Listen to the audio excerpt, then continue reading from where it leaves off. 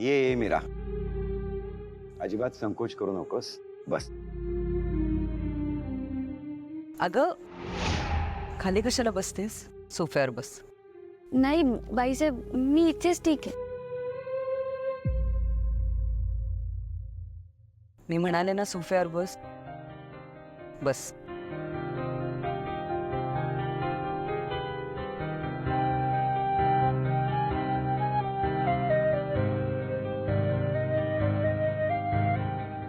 मीरा, तू आमच्या वेदाचा जीव वाचवलास. तुझे खरंच खूप उपकार आहेत आमच्यावर. आणि आज तुझ्यामुळे 1 वर्षानंतर आमची वेदा हसली.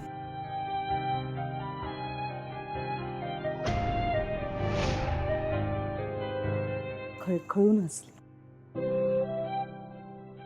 खरंच तुझे किती आभार मानावे कळत नाही आम्हाला.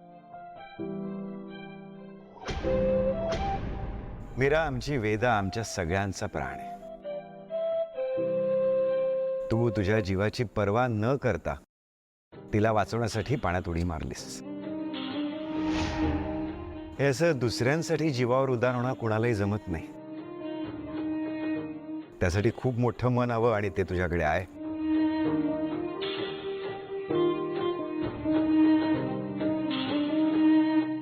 मम्मी, मंजिरी मम्मी जरा जास्तच कौतुक करते हिचं. या झिरो क्वालिटीला जरा जास्तच किंमत मिळते नाही का?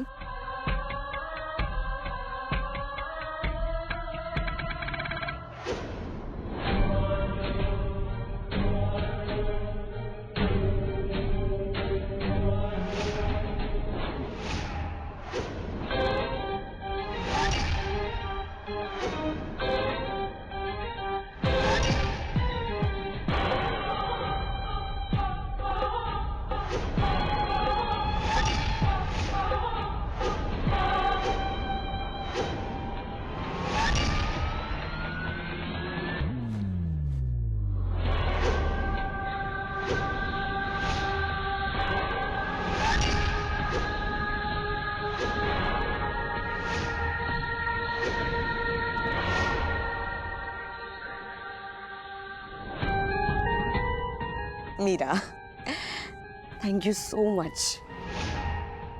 आज तुझ्यामुळे आमची वेदा इतक्या दिवसानंतर मन मोकळेपणाने हसली. मला माफ करा, माझ्यामुळे तुम्ही मगाशी चिखलात पडलात. अगं माफ करा काय, इनफॅक्ट मी तुला सॉरी म्हटलं पाहिजे. मीरा, तू आज आमच्या घरात आलीस आणि एक आनंदाची गोष्ट घडली. आता तूच मला सांग की तुला या घरात काय काम करायला आवडेल. बाईसाहेब, मी असं काही ठरवून आलेले नाहीये. तुम्ही जे काम द्याल ते चालेल मला. बर, मग तू आज जे काम केलंयस तेच तुला करायचंय.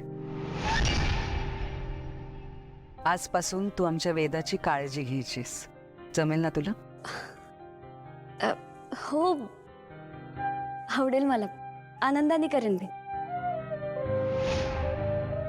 तू तुझं काम आनंदाने करच, पण तिच्याही आयुष्यात, वेदाच्याही आयुष्यात आनंद घेऊन ये. मी नक्की प्रयत्न करेन.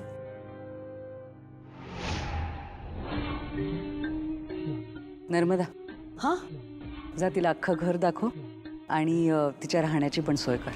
हो, करते की. मीराला वेदाची काळजी घ्यायला सांगितली आहे ना, तिची काळजी मी घेईन. चल तू आधी फ्रेश होऊन घे, कपडे बदल, मी तुला किचन दाखवते. चल.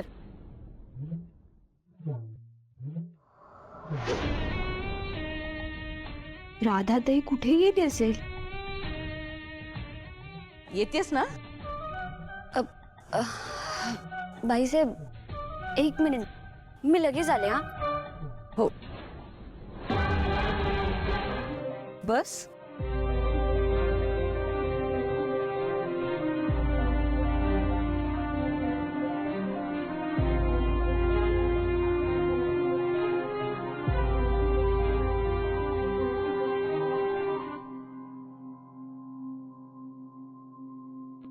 सुरू कर.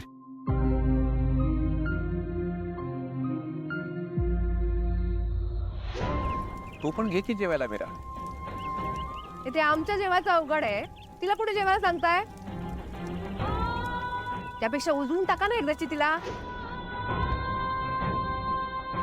मीरा, जेवतेस ना? मला मला असं नाही जेवता येणार. म्हणजे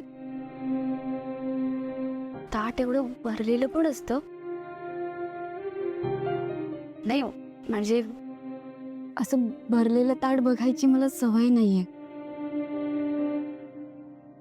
थोडस मी बाजूला काढून ठेवू का? त्यापेक्षा एक काम कर, तुला जेवढं हवंय तेवढं खा, बाकीचं राहून दे.